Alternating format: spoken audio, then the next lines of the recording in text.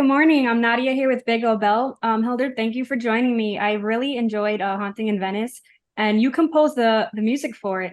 So you composed an original score, and the supernatural mystery, it takes place in Italy. And it's like an eerie post-World War II. What kind of themes came into play for you when composing this? And did the surrounding like areas and Italy like come into play into creating the music for this? Mm. Yes, I was very influenced by the history of music at the time, and not just in Italy, but there were some Italian composers that I was really drawn to that were like Luigi Nono, for example, who I'm a big fan of, and but otherwise I was looking at music history more from a general standpoint, and not just from Italian standpoint. I think because, of course, these stories are quite international. You know that there's many nationalities that come to play in all of the stories, and people from all over. But what I find so interesting about this time is how how the old structures are being broken up and then rebuilt post war, and in music history I think you can really hear it very clearly, and how composers start to ask questions as to what is music, and what does it sound like, and how can we abandon the melodic structures and the old ideas about the forms of traditional forms of music, and lean into explorations of extended techniques and different open forms and atonal forms and mathematical procedures and such in the writing. And that was kind of really what I was leaning towards while writing the score. I was really trying to draw out the parallels between Poirot's emotional journey of these equivalent questions of his personal journey to what the composers of this time were thinking about. I guess that'll kind of bring me into my next question. Did you take inspiration from Doyle and the previous two films in the trilogy? No, I did not. No, it was I mean, of course, I saw them, but Ken was very clear that he wanted it to be extremely different from the other two films, and so we kind of I deliberately was not referencing any of the other scores, or like looking at that in particular musically, because there was there was a quite quite a big difference between the two. So yeah, other than just enjoying them as an audience member, I didn't reference them. Yeah, you can feel the difference with it. I think they did a very good job of making this one kind of feel like its own thing. Yeah. And you have a very impressive resume. You have many like accolades. You composed a score for Joker. You won many awards for Chernobyl.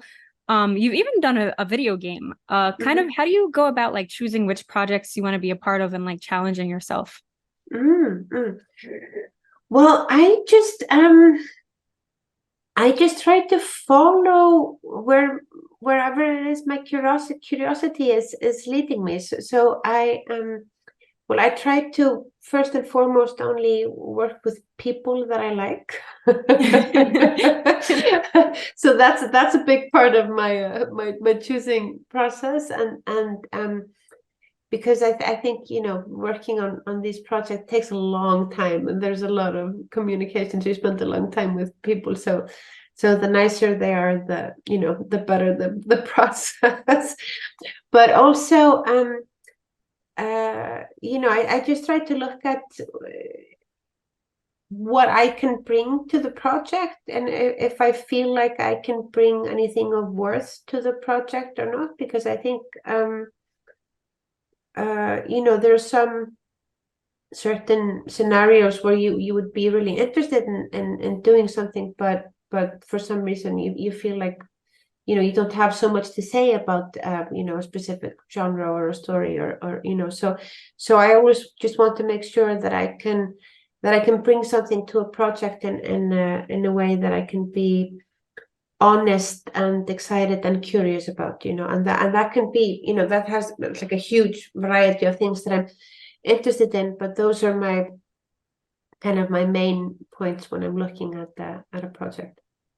And in your own opinion, can you tell us what role music plays in a movie, and what would you consider like the most challenging aspect of composing music for a movie?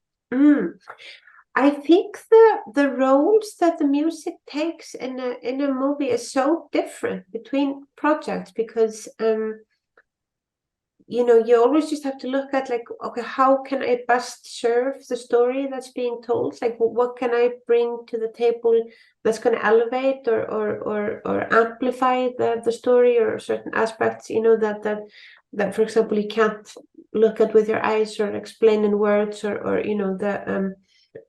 and that role I feel is always very different. Sometimes like for example in Joker, the music is, it's almost like a character in the film, is very upfront, and it's very in your face, and it really kind of leads the story, like literally, like Joaquin was kind of like, for example, this bathroom dance, like led into this dance by the music, and in other stories, for example, like Chernobyl, it's more kind of sitting underneath the whole thing and carrying that, it takes on the character of the radiation, like the element that you can't see and you can't act out, so it's something that you just need to feel more subconsciously, so. And I think that's kind of the tricky part in the beginning, is just establishing where does the music best serve the story, and where does it lie, like what's the world we're in, what's the instrumentation, what is the place that it sits, and so forth, but that's also one of the most exciting parts of the process, is figuring out what the world is that we're in. And thank you so much. I really enjoyed the film and wish you the best on all your next journeys, because it was a great time. Thank you. Thank you.